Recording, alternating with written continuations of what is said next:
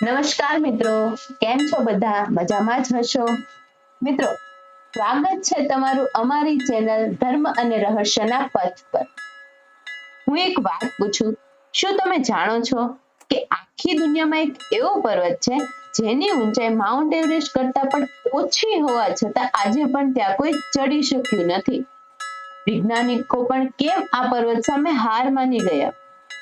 મિત્રો, હવે તમને થશે કે આવું તે વળી કેમ બને? તો મિત્રો, હું વાત કરું છું કૈલાસની. તો ચાલો આજે હું તમને મારી સાથે લઈ જાઉં સાક્ષાત કૈલાસ પર્વત પર. મિત્રો, એક પણ લાઈન મિસ કર્યા વગર આખો વિડિયો જોજો, કારણ કે આ વાતો તમને ક્યાંય સાંભળવા નહીં મળે.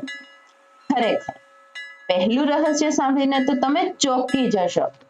કહેવાય છે કે કૈલાસ પર્વત પર સમયની ગતિ સામાન્ય કરતા ઘણી ઝડપી છે. જે લોકો ત્યાં ગયા છે તેનો અનુભવ છે. ત્યાં માત્ર 12 કલાકમાં નખ અને વાળ એટલા વધી જાય છે જેટલા સામાન્ય રીતે 2 અઠવાડિયામાં વધતા હોય છે. છે ને નવાઈની વાત? આટલું જ નહીં, વૈજ્ઞાનિકો કૈલાસને પૃથ્વીનું નાભી કેન્દ્ર એટલે કે કેન્દ્ર બિંદુ માને છે. રશિયન વૈજ્ઞાનિકોનું તો ત્યાં સુધી કહેવાનું છે કે આ પર્વત કુદરતી નથી પણ એક માનવ સર્જિત વિશાળ પિરામિડ હોઈ શકે. અને હા મિત્રો, તમને થયું હશે કે આ પર્વત બરફનો છે કે પથ્થરનો? તો જાણી લો કે આ કાળા પથ્થરનો બનેલો એવો પિરામિડ છે જેની પર કુદરતે સફેદ બરફનો અભિષેક કર્યો છે. એટલે જ તો આખું વર્ષ આ પર્વત દૂધ જેવો સફેદ અને દિવ્ય દેખાય છે. તમને જાણીને નવાઈ લાગશે કે કૈલાસની આસપાસ જતા જ હોકાયંત્ર એટલે કે કંપાસ કામ કરવાનું બંધ કરી દે છે. ત્યાંની ચુંબકીય શક્તિ એટલી પ્રબળ છે કે દિશાઓનું જ્ઞાન પણ ખોટું પડી જાય છે. હવે જે હું તમને જણાવવા જઈ રહી છું ને એ સાંભળીને તો તમે દંગ રહી જશો. જ્યારે સૂર્ય આથમે છે ત્યારે કૈલાસ પર્વત પર પડતા પડછાયાથી એક વિશાળ ઓમની આકૃતિ બને છે. આ કોઈ માનવ સર્જિત નથી મિત્રો, પણ સાક્ષાત કુદરતી ચમત્કાર છે. અને હા, રાત્રિના સમયે અહીં જે દેખાય છે તે પણ કોઈ અજાયબીથી ઓછું નથી.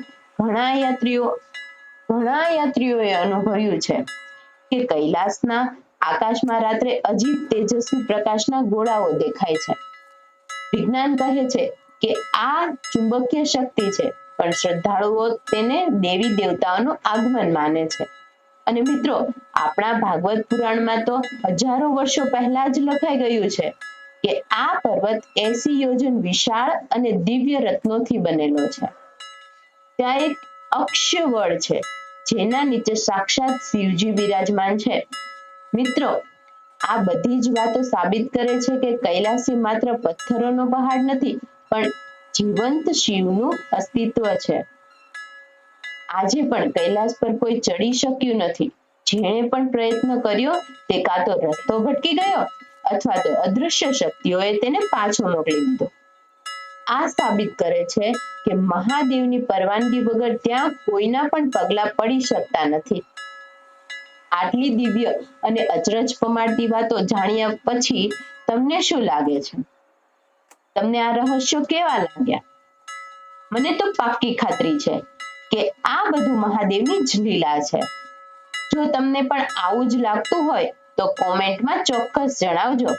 અને આ વિડીયો તમારા મિત્રો કે પરિવારજનોને શેર કરી સબસ્ક્રાઇબ કરવાનું ભૂલતા નહીં. તો ચાલો મળીએ આવતા વિડીયોમાં કોઈ નવા રહસ્ય સાથે. ઓમ નમઃ શિવાય.